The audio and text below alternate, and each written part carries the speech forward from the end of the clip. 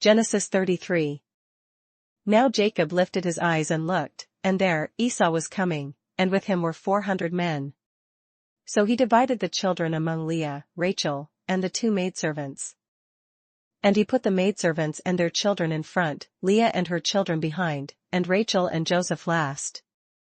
Then he crossed over before them and bowed himself to the ground 7 times, until he came near to his brother. But Esau ran to meet him, and embraced him, and fell on his neck and kissed him, and they wept. And he lifted his eyes and saw the women and children, and said, Who are these with you? So he said, The children whom God has graciously given your servant. Then the maidservants came near, they and their children, and bowed down. And Leah also came near with her children, and they bowed down. Afterward Joseph and Rachel came near, and they bowed down. Then Esau said, What do you mean by all this company which I met? And he said, These are to find favor in the sight of my Lord. But Esau said, I have enough, my brother, keep what you have for yourself. And Jacob said, No, please, if I have now found favor in your sight, then receive my present from my hand, inasmuch as I have seen your face as though I had seen the face of God, and you were pleased with me. Please, take my blessing that is brought to you, because God has dealt graciously with me, and because I have enough. So he urged him, and he took it. Then Esau said, Let us take our journey, let us go, and I will go before you. But Jacob said to him, My Lord knows that the children are weak, and the flocks and herds which are nursing are with me. And if the men should drive them hard one day, all the flock will die. Please let my Lord go on ahead before his servant. I will lead on slowly at a pace which the livestock that go before me, and the children, are able to endure, until I come to my Lord in Seir. And Esau said, Now let me leave with you some of the people who are with me. But he said, What need is there? Let me find favor in the sight of my Lord. So Esau returned that day on his way to Seir. And Jacob journeyed to Succoth, built himself a house, and made booths for his livestock. Therefore the name of the place is called Succoth. Then Jacob came safely to the city of Shechem, which is in the land of Canaan, when he came from Padan Aram, and he pitched his tent before the city. And he bought the parcel of land, where he had pitched his tent, from the children of Hamor, Shechem's father, for 100 pieces of money. Then he erected an altar there and called it El Elov Israel. Genesis 34. Now Dinah the daughter of Leah, whom she had borne to Jacob, went out to see the daughters of the land. And when Shechem the son of Hamor the Hivite, prince of the country, saw her, he took her and lay with her, and violated her. His soul was strongly attracted to Dinah the daughter of Jacob, and he loved the young woman and spoke kindly to the young woman. So Shechem spoke to his father Hamor, saying, Get me this young woman as a wife. And Jacob heard that he had defiled Dinah his daughter. Now his sons were with his livestock in the field, so Jacob held his peace until they came. Then Hamor the father of Shechem went out to Jacob to speak with him. And the sons of Jacob came in from the field when they heard it, and the men were grieved and very angry, because he had done a disgraceful thing in Israel by lying with Jacob's daughter, a thing which ought not to be done. But Hamor spoke with them, saying, The soul of my son Shechem longs for your daughter. Please give her to him as a wife. And make marriages with us, give your daughters to us, and take our daughters to yourselves. So you shall dwell with us, and the land shall be before you. Dwell and trade in it, and acquire possessions for yourselves in it. Then Shechem said to her father and her brothers, Let me find favor in your eyes, and whatever you say to me I will give. Ask me ever so much dowry and gift, and I will give according to what you say to me, but give me the young woman as a wife. But the sons of Jacob answered Shechem and Hamor his father, and spoke deceitfully, because he had defiled Dinah their sister. And they said to them, We cannot do this thing, to give our sister to one who is uncircumcised, for that would be a reproach to us. But on this condition we will consent to you, if you will become as we are, if every male of you is circumcised. Then we will give our daughters to you, and we will take your daughters to us, and we will dwell with you, and we will become one people. But if you will not heed us and be circumcised, then we will take our daughter and be gone. And their words pleased Hamor and Shechem, Hamor's son. So the young man did not delay to do the thing, because he delighted in Jacob's daughter. He was more honorable than all the household of his father. And Hamor and Shechem his son came to the gate of their city, and spoke with the men of their city, saying, These men are at peace with us. Therefore let them dwell in the land and trade in it. For indeed the land is large enough for them. Let us take their daughters to us as wives, and let us give them our daughters. Only on this condition will the men consent to dwell with us, to be one people, if every male among us is circumcised as they are circumcised. Will not their livestock, their property, and every animal of theirs be ours? Only let us consent to them, and they will dwell with us. And all who went out of the gate of his city heeded Hamor and Shechem his son, every male was circumcised, all who went out of the gate of his city. Now it came to pass on the third day, when they were in pain, that two of the sons of Jacob, Simeon and Levi, Dinah's brothers, each took his sword and came boldly upon the city and killed all the males. And they killed Hamor and Shechem his son with the edge of the sword, and took Dinah from Shechem's house, and went out. The sons of Jacob came upon the slain, and plundered the city, because their sister had been defiled. They took their sheep, their oxen, and their donkeys, what was in the city and what was in the field, and all their wealth. All their little ones and their wives they took captive, and they plundered even all that was in the houses. Then Jacob said to Simeon and Levi, You have troubled me by making me obnoxious among the inhabitants of the land, among the Canaanites and the Perizzites, and since I am few in number, they will gather themselves together against me and kill me. I shall be destroyed, my household and I. But they said, Should he treat our sister like a harlot? Mark 5. Then they came to the other side of the sea, to the country of the Gadarenes. And when he had come out of the boat, immediately there met him out of the tombs a man with an unclean spirit, who had his dwelling among the tombs, and no one could bind him, not even with chains, because he had often been bound with shackles and chains. And the chains had been pulled apart by him, and the shackles broken in pieces, neither could anyone tame him. And always, night and day, he was in the mountains and in the tombs, crying out and cutting himself with stones. When he saw Jesus from afar, he ran and worshipped him. And he cried out with a loud voice and said, What have I to do with you, Jesus, Son of the Most High God? I implore you by God that you do not torment me. For he said to him, Come out of the man, unclean spirit. Then he asked him, What is your name? And he answered, saying, My name is Legion, for we are many. Also he begged him earnestly that he would not send them out of the country. Now a large herd of swine was feeding there near the mountains. So all the demons begged him, saying, Send us to the swine, that we may enter them. And at once Jesus gave them permission. Then the unclean spirits went out and entered the swine, there were about 2,000, and the herd ran violently down the steep place into the sea, and drowned in the sea. So those who fed the swine fled, and they told it in the city and in the country. And they went out to see what it was that had happened. Then they came to Jesus, and saw the one who had been demon-possessed and had the legion, sitting and clothed and in his right mind. And they were afraid. And those who saw it told them how it happened to him who had been demon-possessed, and about the swine. Then they began to plead with him to depart from their region.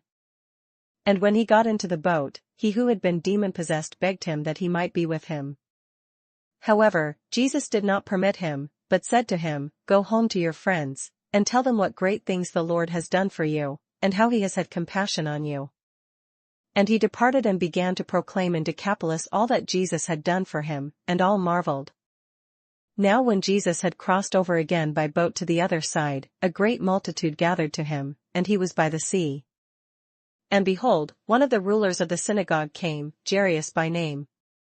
And when he saw him, he fell at his feet, and begged him earnestly, saying, My little daughter lies at the point of death. Come and lay your hands on her, that she may be healed, and she will live. So Jesus went with him, and a great multitude followed him and thronged him. Now a certain woman had a flow of blood for 12 years, and had suffered many things from many physicians. She had spent all that she had and was no better, but rather grew worse. When she heard about Jesus, she came behind him in the crowd and touched his garment. For she said, "If only I may touch his clothes, I shall be made well." Immediately the fountain of her blood was dried up, and she felt in her body that she was healed of the affliction. And Jesus, immediately knowing in himself that power had gone out of him, turned around in the crowd and said, "Who touched my clothes?" But his disciples said to him, "You see the multitude thronging you, and you say, 'Who touched me?'" And he looked around to see her who had done this thing. But the woman, fearing and trembling, knowing what had happened to her, came and fell down before him and told him the whole truth. And he said to her, "Daughter, your faith has made you well. Go in peace, and be healed of your affliction." While he was still speaking, some came from the ruler of the synagogue's house who said, "Your daughter is dead. Why trouble the teacher any further?" As soon as Jesus heard the word that was spoken, he said to the ruler of the synagogue, "Do not be afraid, only believe." And he permitted no one to follow him except Peter, James, and John the brother of James. Then he came to the house of the ruler of the synagogue, and saw a tumult and those who wept and wailed loudly. When he came in, he said to them, "Why make this commotion and weep? The child is not dead, but sleeping." And they ridiculed him. But when he had put them all outside, he took the father and the mother of the child, and those who were with him, and entered where the child was lying. Then he took the child by the hand, and said to her, "Talitha, cumi," which is translated, "Little girl, I say to you, arise." Immediately the girl arose and walked, for she was 12 years of age.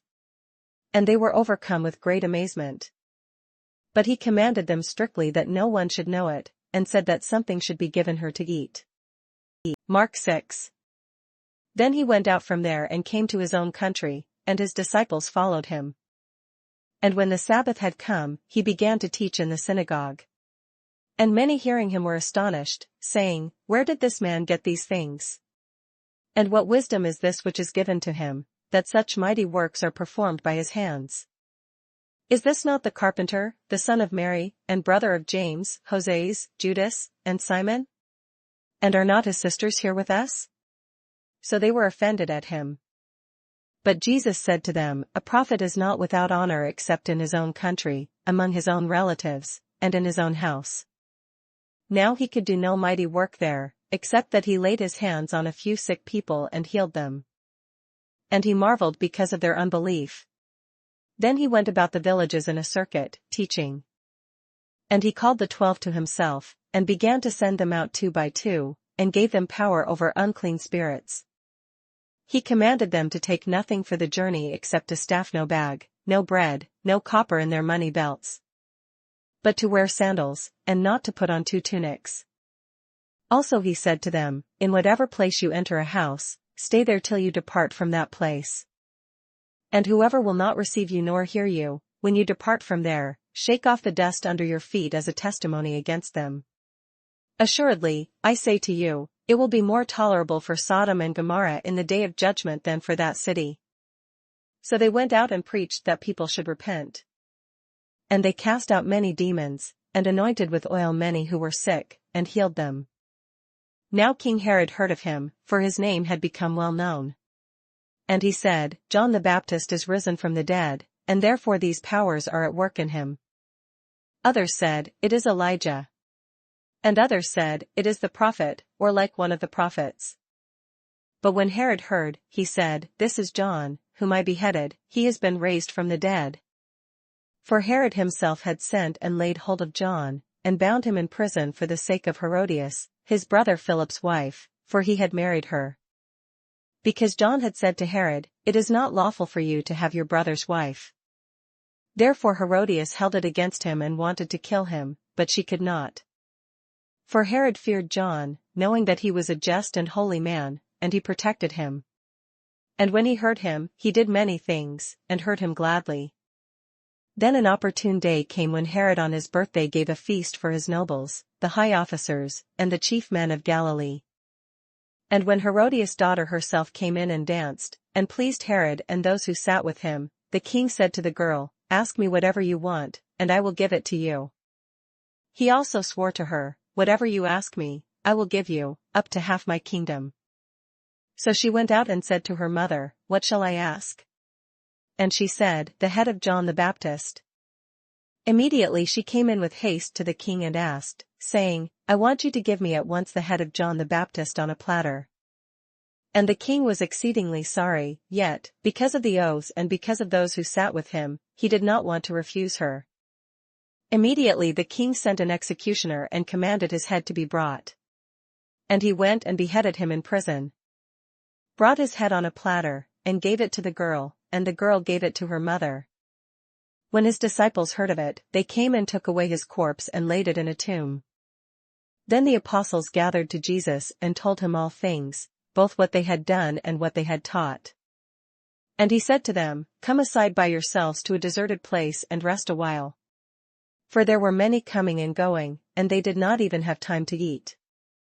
So they departed to a deserted place in the boat by themselves. But the multitudes saw them departing, and many knew him and ran there on foot from all the cities. They arrived before them and came together to him. And Jesus, when he came out, saw a great multitude and was moved with compassion for them, because they were like sheep not having a shepherd. So he began to teach them many things. When the day was now far spent, his disciples came to him and said, This is a deserted place, and already the hour is late. Send them away, that they may go into the surrounding country and villages and buy themselves bread, for they have nothing to eat. But he answered and said to them, You give them something to eat. And they said to him, Shall we go and buy 200 denarii worth of bread and give them something to eat? But he said to them, How many loaves do you have? Go and see. And when they found out they said, 5, and 2 fish. Then he commanded them to make them all sit down in groups on the green grass. So they sat down in ranks, in hundreds and in 50s. And when he had taken the 5 loaves and the 2 fish, he looked up to heaven, blessed and broke the loaves, and gave them to his disciples to set before them, and the 2 fish he divided among them all. So they all ate and were filled. And they took up 12 baskets full of fragments and of the fish. Now those who had eaten the loaves were about 5,000 men. Immediately he made his disciples get into the boat and go before him to the other side, to Bethsaida, while he sent the multitude away.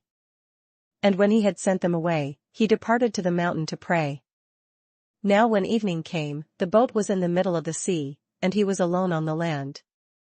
Then he saw them straining at rowing, for the wind was against them. Now about the 4th watch of the night he came to them, walking on the sea, and would have passed them by. And when they saw him walking on the sea, they supposed it was a ghost, and cried out. For they all saw him and were troubled. But immediately he talked with them and said to them, Be of good cheer. It is I, do not be afraid. Then he went up into the boat to them, and the wind ceased. And they were greatly amazed in themselves beyond measure, and marveled. For they had not understood about the loaves, because their heart was hardened. When they had crossed over, they came to the land of Gennesaret and anchored there. And when they came out of the boat, immediately the people recognized him, ran through that whole surrounding region, and began to carry about on beds those who were sick to wherever they heard he was. Wherever he entered, into villages, cities, or the country, they laid the sick in the marketplaces, and begged him that they might just touch the hem of his garment. And as many as touched him were made well. Psalms 17. Hear a just cause, O Lord, attend to my cry, give ear to my prayer which is not from deceitful lips. Let my vindication come from your presence, let your eyes look on the things that are upright. You have tested my heart, you have visited me in the night, you have tried me and have found nothing, I have purposed that my mouth shall not transgress. Concerning the works of men, by the word of your lips, I have kept away from the paths of the destroyer. Uphold my steps in your paths, that my footsteps may not slip. I have called upon you, for you will hear me, O God, incline your ear to me, and hear my speech. Show your marvelous loving kindness by your right hand, O you who save those who trust in you from those who rise up against them. Keep me as the apple of your eye, hide me under the shadow of your wings. From the wicked who oppress me, from my deadly enemies who surround me. They have closed up their fat hearts, with their mouths they speak proudly. They have now surrounded us in our steps, they have set their eyes, crouching down to the earth. As a lion is eager to tear his prey, and like a young lion lurking in secret places. Arise, O Lord, confront him, cast him down, deliver my life from the wicked with your sword. With your hand from men, O Lord, from men of the world who have their portion in this life, and whose belly you fill with your hidden treasure. They are satisfied with children, and leave the rest of their possession for their babes. As for me, I will see your face in righteousness, I shall be satisfied when I awake in your likeness.